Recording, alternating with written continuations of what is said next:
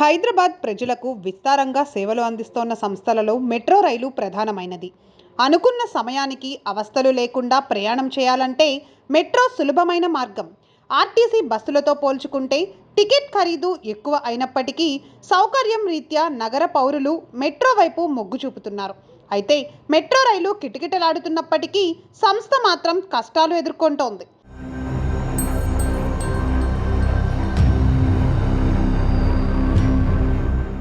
హైదరాబాద్ మెట్రోకి ప్రతి నెల 100 కోట్లకు పైగా నష్టం వస్తోంది. ఏడాదికి 1300 కోట్ల దాకా నష్టం మూట కట్టుకుంటోంది. నిర్వహణ ఖర్చులు, వ్యవస్థాగత ఖర్చులు అధికంగా ఉండడమే దీనికి కారణం. ఇప్పటిదాకా హైదరాబాద్ మెట్రో 6000 కోట్ల నష్టాలు చవి చూసింది.